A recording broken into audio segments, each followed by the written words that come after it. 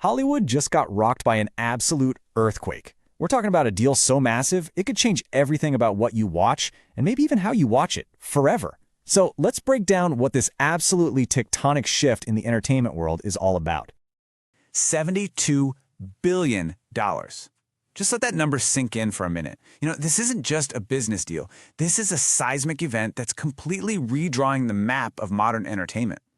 Because that number, that's not just for a company. That's the price tag for a century of culture. Netflix isn't just buying a studio. They're buying the home of Batman, of Harry Potter, of some of the most iconic stories ever put on screen. Okay, so let's get into the nitty-gritty. What exactly does this bombshell deal look like? What are the details that have the entire industry completely freaking out? All right, here's the breakdown. Netflix is grabbing the crown jewels, the Warner Bros. Studios, and the entire HBO Max streaming service. Meanwhile, the TV networks like CNN and TNT are going to be spun off. But here's the part that really makes your jaw drop, the financing. We're talking about $50 billion in new debt to make this all happen. And this whole thing, it's not a done deal, not by a long shot. It's got a long way to go, aiming to close in late 2026, but only if, and it's a big if, regulators give it the green light. Which of course brings us to the big question, why, right? Why would a streaming giant that's already kind of on top of the world take on this just colossal risk? Well, it all comes down to what they don't have.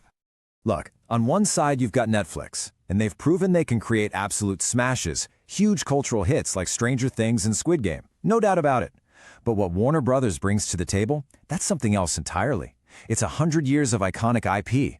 We're talking about whole universes, Harry Potter, the DC superheroes, and all-time classics like Game of Thrones and Friends that are just part of our cultural DNA. See, Netflix isn't just buying shows, they're buying a legacy. And this quote from Ted Sarandos at Netflix, it really pulls back the curtain on their ambition. This isn't just about getting bigger. This is a bold, audacious play to literally control the future of entertainment. They believe this is how they build an empire that lasts for the next 100 years. But, building an empire isn't cheap. And we're not just talking about money here. The real challenge, trying to mash together a Silicon Valley tech company with a classic Hollywood studio. That's where things get tricky.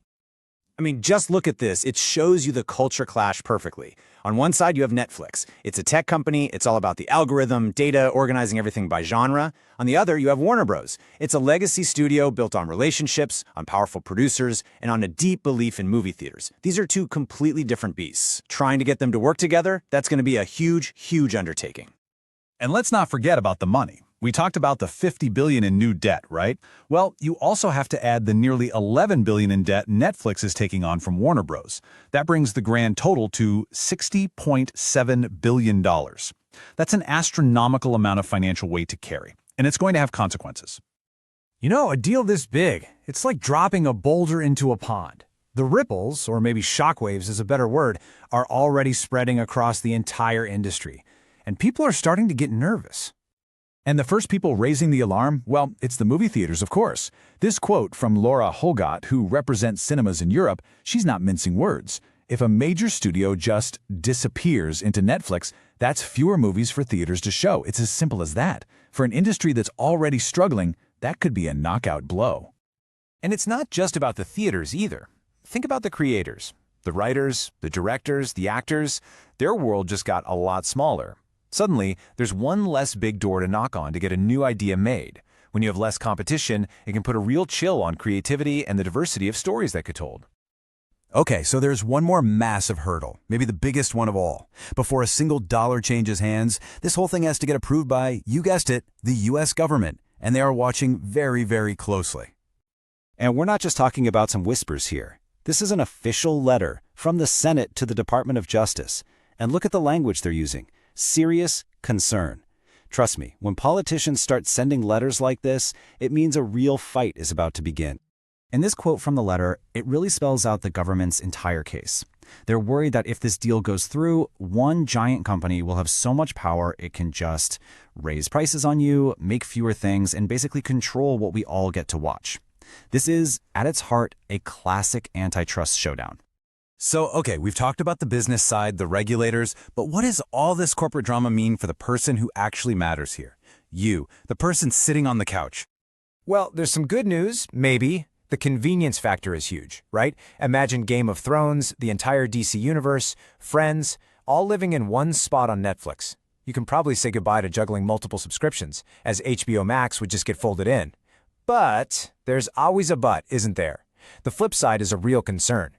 With fewer big players competing, will they really need to take a chance on that weird, risky new show you might love? Maybe not. Which leads us to the question that's probably on your mind right now. Is this going to cost me more?